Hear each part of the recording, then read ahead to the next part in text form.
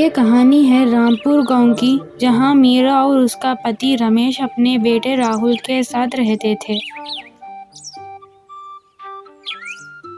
रमेश एक किसान था और अपनी छोटी सी जमीन पर खेती करके घर का खर्चा चलाता था। लेकिन उसकी जमीन अब पहले जैसा उबार नहीं रहती थी। फसल कम होने की वजह से घर की हालत भी बहुत खराब होती जा रही थी।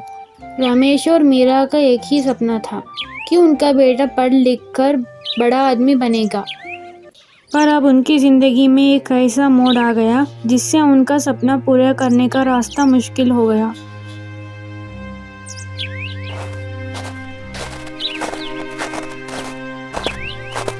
एक दिन रमेश खेत में काम कर रहा था कि अचानक उसे एक सांप ने काट लिया। गांव के बाहर होने की वजह से किसी को उसकी खबर नहीं लगी। शाम तक जब रमेश घर नहीं आया तो मीरा परेशान हो गई।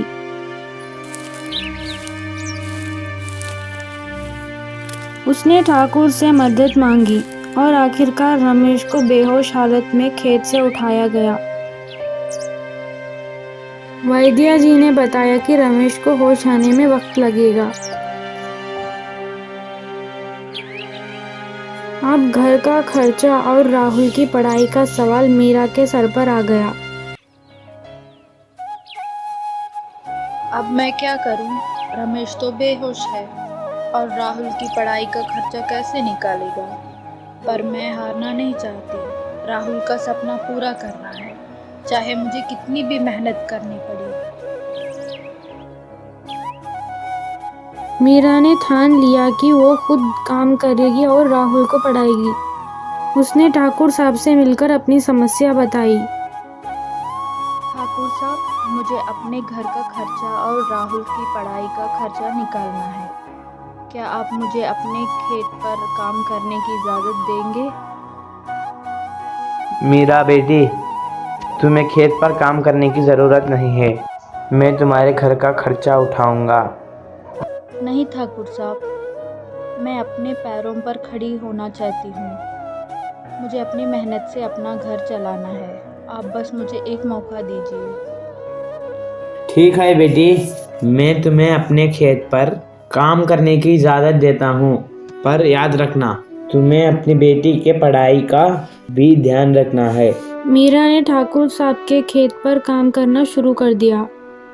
वह सुबह से शाम तक खेत में काम करती और शाम को घर आकर राहुल की पढ़ाई में मदद करती।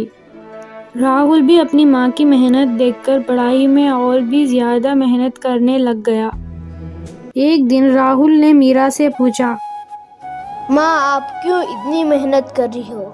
आपकी मदद करना चाहता हूँ। क्या मैं खेत में काम कर सकता हूँ? नहीं बेटा, तुम्हें पढ़ाई पर ध्यान देना है।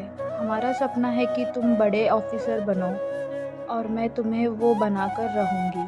तुम बस अपनी पढ़ाई करो, बाकी सब मैं संभाल लूँगी। माँ, आप इतनी थक जाती हो। मैं नहीं चाहता हूँ कि आप इतनी मुश्किल उठाओ। बेटा, तुम्हारे पापा का सपना है कि तुम पढ़ लिख कर बड़े आदमी बनो और मैं तुम्हें वो सपना पूरा करके रहूँगी। तुम बस अपनी पढ़ाई पर ध्यान दो। राहुल ने अपनी माँ की बात मानी और पढ़ाई में और भी ज़्यादा मेहनत करने लग गया। वह रोज़ सुबह जल्दी उठकर पढ़ता और स्कूल जाने के बाद घर आकर अपनी माँ की मदद करता। मीरा की मेहनत और राहुल की लगन ने उसकी ज़िंदगी में बदलाव लाना शुरू कर दिया। कुछ महीनों बाद रमेश होश में आया। उसने अपनी पत्नी मीरा की मेहनत और राहुल की पढ़ाई का हाल देखकर उसे बहुत गर्व महसूस हुआ। मीरा, तुम इतनी मुश्किल वक्त में फिर भी तुमने अपनी हिम्मत नहीं हारी। तुमने ना सिर्फ घर संभाला बल्कि राहुल की पढ़ाई का भी पूरा ध्यान रखा। मैं तुम पर गर्व करता हूँ। रमेश, तुम्हारे ठीक होने से मेरी सारी चिंता खत्म हो गई है। अब हम दोनों मिलकर राहुल का सपना पूरा करेंगे। रमेश ने भी खेत पर काम करना शुरू कर दिया और मीरा ने गांव के बच्चों को पढ़ाने का काम शुरू कर दिया। वह रोज शाम को गांव के बच्चों को पढ़ाती और उन्हें पढ़ाई का महत्व समझाती। राहुल भी अपनी पढ़ाई में और भी आगे बढ़ गया। कुछ सालों बाद राहुल ने अपनी स्कूल की पढ़ाई में टॉप किया और एक अच्छी कॉलेज में एडमिशन लिया। उसने अपने माँ बाप का सपना पूरा करते हुए एक बड़ा अफसर बनाने का फैसला किया। माँ पापा आप दोनों ने मुझे पढ़ाने के लिए इतनी मेहनत की।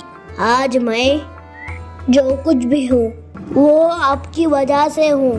मैं आपका सपना पूरा करूँगा और एक दिन मैं आपको बहुत बड़े शहर में ले चलूँगा। बेटा, तुमने हमें बहुत खुश कर दिया।